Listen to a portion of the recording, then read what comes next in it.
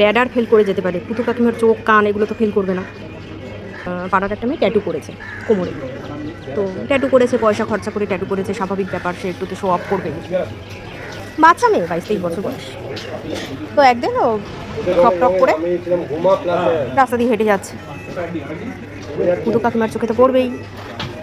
পুতু কাকিমা তো যথারীতি বলতে শুরু করে দিয়েছে, দেখো মেয়ের কাণ্ড দেখো, পেট বের করা জামা পড়েছে, কোনো লাজ লজ্জা নেই, লাজ লজ্জার মাথা খেয়েছে, এত বড় মেয়ে, বুড়ো ধামসি,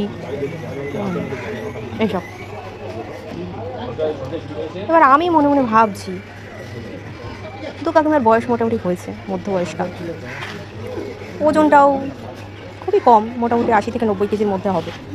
মেয়েটির ওজন কিন্তু অনেক বেশি, মেয়েটির ওজন প্রায় 32 থেকে 40-এর মধ্যে হবে। তো রোগা লিকলিকে টপ টপ করে যাচ্ছে, সেটা তার অপরাধ, পেট বের করা জামা পড়েছে। আর পুতু কাকিমা ওই লিকপিকে চেহারা নিয়ে, মাত্র 80-90 কেজি ওয়েট নিয়ে, শাড়িটা এত নিচে পড়ে, এত নিচে পড়ে, বলতে বলতে আমিই নিচে পড়ে যাচ্ছি বন্ধুরা। তো উনি কি দেখাতে পড়ে, মেয়েটা না হয় ট্যাটু দেখাতে পড়েছে ক্রপ টপ, উনি কি দেখাতে অত নিচে শাড়ি পরে বুঝি না।